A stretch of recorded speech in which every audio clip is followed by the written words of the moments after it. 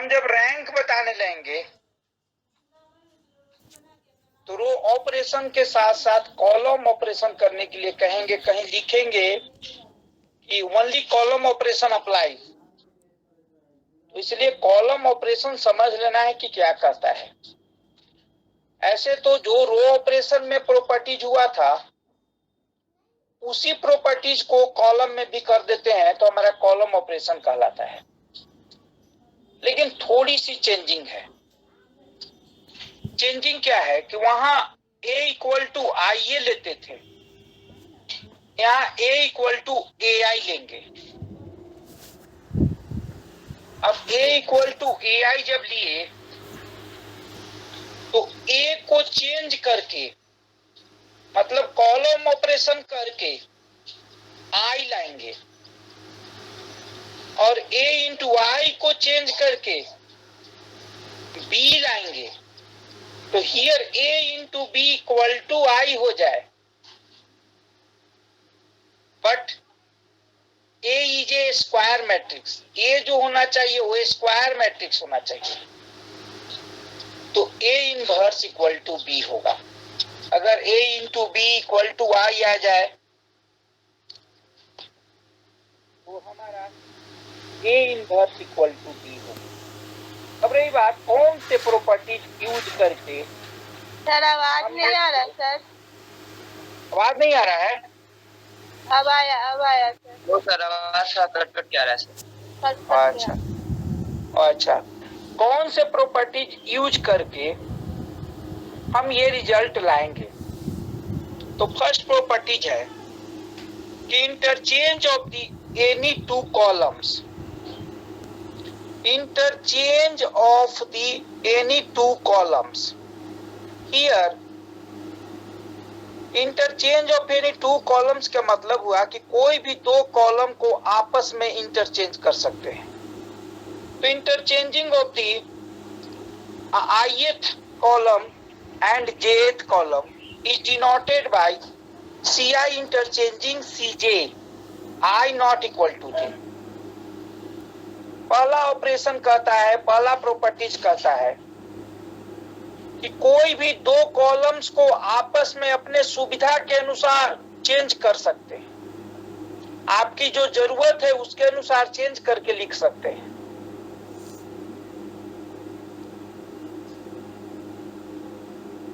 Second properties दिए कि एक मैट्रिक्स 3x3 ऑर्डर 2 6 1 3 7 2 5 1 3 कंसीडर किए और पहला और तीसरा को इंटरचेंज किए, फर्स्ट और थर्ड कॉलम को इंटरचेंज किए। जब इंटरचेंज करेंगे तो थर्ड कॉलम्स वाले जितने भी एलिमेंट हैं वो सब आपके फर्स्ट कॉलम के स्थान पर आ जाएंगे। तो 1 2 3 थर्ड कॉलम का एलिमेंट था तो फर्स्ट के स्थान पर आ गया, 1 2 3 हो गया।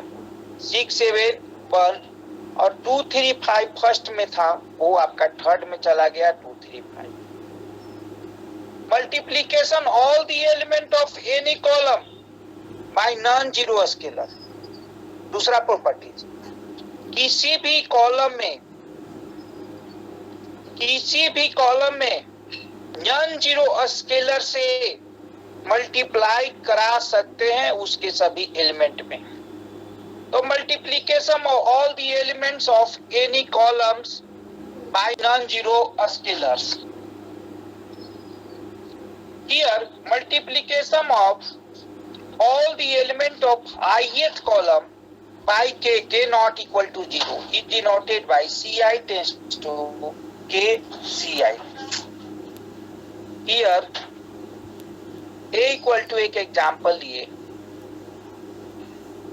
1 by 2 4 3 2 8 5 3 7 7।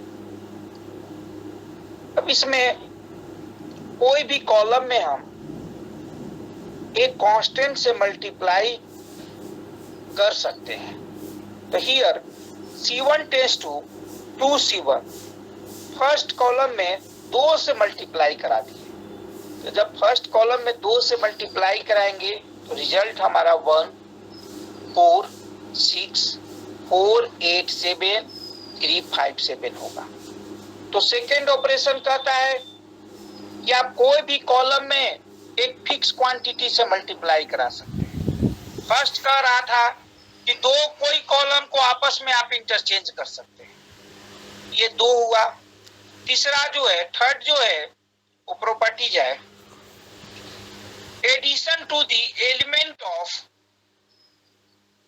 Any column the corresponding element to any of the other columns multiply by non-zero scalar means addition of the element of ith column to the corresponding element of jth column multiply by k where k not equal to 0 is denoted by ci tends to ci plus minus k cj, मतलब addition या subtraction करा सकते हैं। अब ये कह रहा है कि कोई भी कॉलम में एक फिक्स क्वांटिटी से मल्टीप्लाई करा के आप किसी दूसरे कॉलम में जोड़ सकते हैं या घटा सकते हैं। अगर ऐसा करेंगे तो उसके क्रॉसपॉन्डिंग एलिमेंट्स एडिशन या सब्ट्रैक्शन कराएंगे। अगर एडिशन करेंगे तो एडिशन करेगा और सब्ट्रैक्शन कराएंगे तो सब्ट्रैक्शन करेगा। तो that is A equal to, consider 3x3 matrix 2 1 5 3 2 6 4 1 7. Here C3 tends to C3 minus 5 C2. C3 में 5 C2 से, मतलब सेकेंड कॉलम में 5 से मल्टीप्लाई करके हम घटा रहे हैं और C3 के स्थान पर लिख रहे हैं। तो हियर C3 के पोजीशन पर हम लिख रहे हैं, तो डेट इज 2 3 4 1 2 1। 3 के पोजीशन पर हम देखें 3 कॉलम का पोजीशन क्या है, तो 3 कॉलम के पोजीशन पर हमारे एलिमेंट है 5 6 7। तो C3 माइनस 5 C2 कर रहे हैं। तो 5 से मल्टीप्लाई जब C2 में किए तो हियर 5 into 1 5 हो गया, और 5 में जाके सब्ट्रैक्शन करेगा तो वो 0 हो गया। तो C3 के स्थान पर 0 आ गया। सेकेंड एलिमेंट क्रॉसपॉन्डिंग देख रहे हैं, तो 2 का मल्टीप्लाई 5 से कराए तो -10 हो गया, और 6 में घटा दिए तो -4 हो गया। अब 7 माइनस 5 into 1 करा दिए तो 7 में से 5 गया तो 2 हो गया। ये इस तरह से ऑपरेशंस किया जाता है। मात्र 3 ऑपरेशंस यूज करना है और आपको इनवर्स निकालना है। थर्ड ऑपरेशन कहता है कि कोई भी कॉलम जो है किसी दूसरे कॉलम में मल्टीप्लाई या डिवाइड करके जोड़ सकते हैं या घटा सकते हैं। अब find the inverse of the matrix. इस मैट्रिक्स का इनवर्स निकालिए by using elementary column transformation method.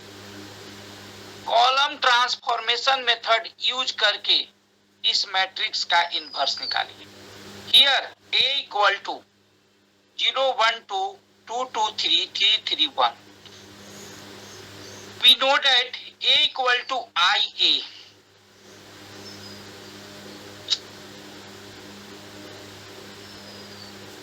Oh, A equal to AI। यहाँ पर थोड़ा सा लिखने में ये हो गया, A इक्वल टू AI।